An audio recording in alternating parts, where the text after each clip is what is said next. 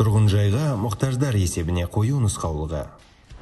Баспанаға мұқтаждар өтініш беру үшін өркен.отбасыбанк.kz сайтына кіруі керек. Өтініш беруші сайтқа кіргеннен кейін өтінім беру түймесін басу керек.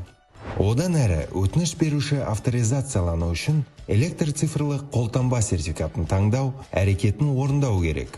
Авторизация тек электрондық цифрлық қолтаңба арқылы мүмкін болады. Авторизациядан кейін өтініш беруші өз атынан өтініш беру немесе заңды өкіл ретінде өтініш беру нұсқаларының бірін таңдау керек. Келесі қадам санатты таңдау болып табылады. Өтініш беруші көрсетілген санаттардың ешқайсысына жатпайтын жағдайларда анықталмаған тармағын таңдау керек.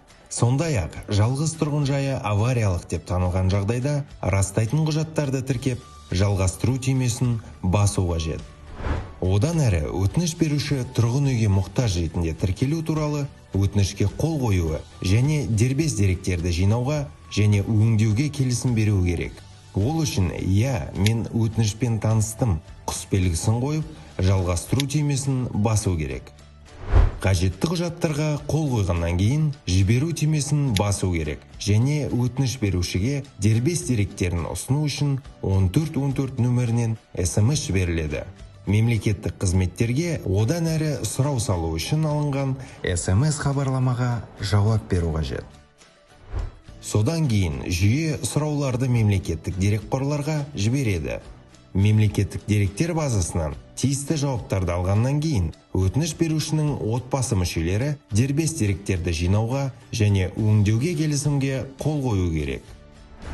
Келісімге қол қою үшін өтініш берушінің отбасы мүшелері өркен.отбасыбанк.kz сайтына ECK кілті арқылы кіру керек.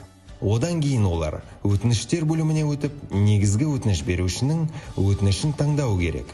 Жеке деректерді жинауға және өңдеуге келісімге ECK кілті арқылы қол қойылады және келісімге барлық отбасы мүшелері қол қойғаннан кейін олар бір уақытта 1414 нөмірінен SMS алады. Одан әрі мемлекеттік дерекқорларынан деректерді алу үшін SMS-ке жауап беру қажет. Негізгі өтініш беруші отбасы мүшелерінің ағымдағы мәртебесін бақылай алады.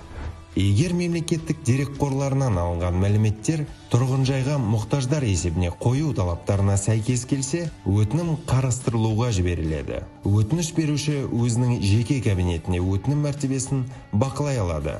Тұрғын үйге мұқтаж ретінде сәтті тіркелгеннен кейін өтініш беруші жеке кабинетінде санат және тіркеу күні туралы ақпаратты көре алады.